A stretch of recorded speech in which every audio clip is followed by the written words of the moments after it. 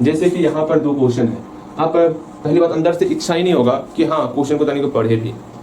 वैसे ये दोनों क्वेश्चन एग्जाम में पूछा गया है, ठीक है, किस ईयर में पूछा गया मैंने लिखा ही नहीं, चलो कोई बात नहीं, लिखा जाएगा वो सारी बातें बाद में, लेकिन इस क्वेश्चन को ध्यानपूर्वक देखने का प्रयास करो, ठीक। फर्स्ट ऑफ ऑल आप एक बार पढ़ो, मैंने बताया ना आज ज्यादा क्वेश्चन पढ़ोगे नहीं, कम ही क्वेश्चन पढ़ोगे, लेकिन ऐसा क्वेश्चन पढ़ोगे पढ़ने के बाद कुछ समझ में ही ना आएगा, लेकिन ये दोनों क्वेश्चन समझ सकते हो, ये क्वेश्चन आसान है, ठीक है, ये क्वेश्चन मैंने बताया हुआ है। यहाँ पर पहले आप पढ़ोगे, पढ़ो पहले आप, पहले क्वेश्चन को लिख लो, पढ़ने का प्रयास करो, समझ में आएगा तो ठीक है, समझ में नहीं आएगा तो मैं हूं ना, मैं बताऊंगा। घबराना आपको नहीं है, पिछले लेक्चर की तरह आप घबरा गए थे। यहाँ देखो, यहाँ पहला नंबर क्वेश्चन में बोला गया है ए फादर्स एज, एक पिता की उम्र दी हुई है, ठीक है। हम पहले एक रफ में, आपको ये बनाना नहीं है एग्जाम में, एक पिता है, ठीक है, हाँ जी ये पिता है, इसका उम्र दिया हुआ है, कितना दिया देख लेते। A father's age is 3 times the sum of the ages of his 2 children, इसका 2 चिल्ड्रेन है, तुम छोटे छोटे चिल्ड्रेन है, ठीक है, इसका 2 चिल्ड्रेन है, बोला गया है हिज 2 चिल्ड्रेन के एज के सम के बराबर है।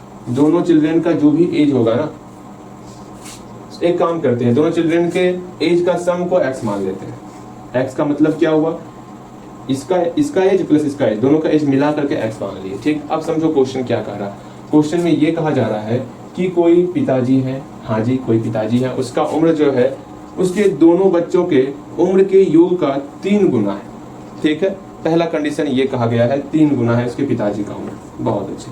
उसके बाद कहा जा रहा है आफ्टर 5 years, 5 साल के बाद, सिर्फ क्वेश्चन को पढ़ो और समझने का प्रयास करो, 5 साल के बाद की बात की जा रही, 5 साल के बाद his age will be 2 times the sum of their ages, his age will be 2 times the sum of their ages, मतलब 5 साल के बाद जो है जितना भी इसका एज होगा, 5 साल के बाद दोनों बच्चों का उम्र कितना हो जाएगा, तो बोलोगे भैया 5 साल के बाद दोनों बच्चों का उम्र जो है x + 5 हो जाएगा, हाँ जी, और उसके पिताजी का उम्र अभी तो 3x है ना, 5 साल के बाद कितना हो जाएगा, 3x + 5 हो जाएगा।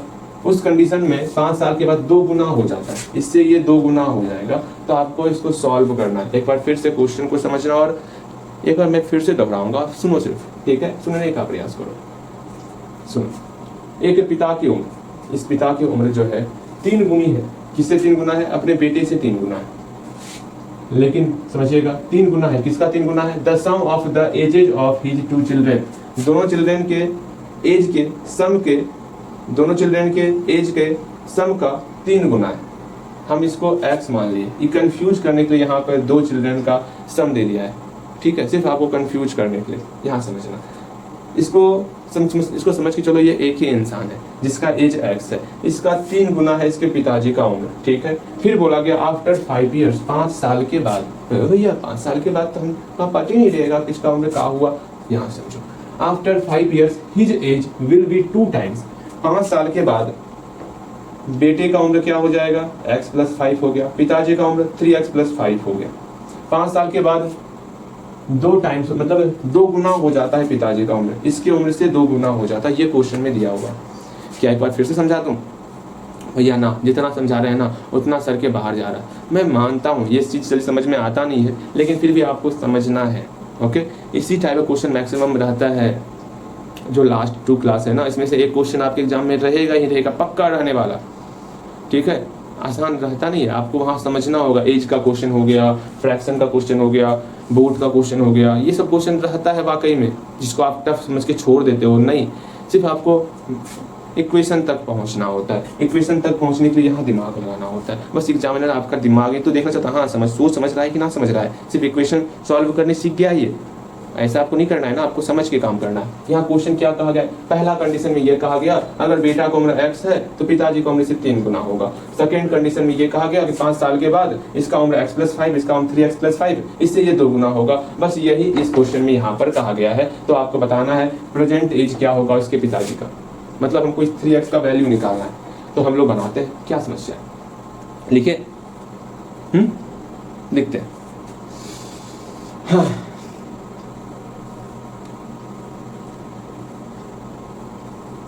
पहला नंबर क्वेश्चन ध्यान से समझो।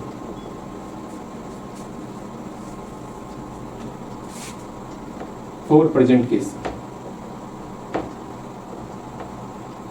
ठीक है, पहले को let the sum of the ages of the sum of the ages of his 2 children, let the sum of the ages of his 2 children, हमको इसको x मानना है ना, his 2 children equal to x year, लिख लिया years, बहुत अच्छा। Again हमको पिताजी का उम्र निकालना है, पिताजी का उम्र 3 टाइम्स है ना, हाँ भैया 3 टाइम्स, तो लिखते हैं therefore father's age equal to 3x हो गया, ठीक, इसको समझ के चलना है। हम कोस्ट में इसलिए घेर दिया, आप कंफ्यूज ना होना, ताकि ये समझ में आ गया, ये प्रेजेंट की बात हो रही थी, अब 5 इयर्स लेटर की बात हो रही है, 5 इयर्स लेटर, ये छोड़ना, अकॉर्डिंग टू क्वेश्चन में कर देंगे ये सब कुछ, ठीक है। ये लिख दे, लिखना होगा तो लिख सकते हो, ठीक है, लिख सकते हो 5 इयर्स लेटर लिख देंगे, छोड़ दे, जल्दी बोलो, अरे छोड़ो ना, हम लोग सीधा अपना इक्वेशन लिख लेते हैं, ओके। तो अकॉर्डिंग टू क्वेश्चन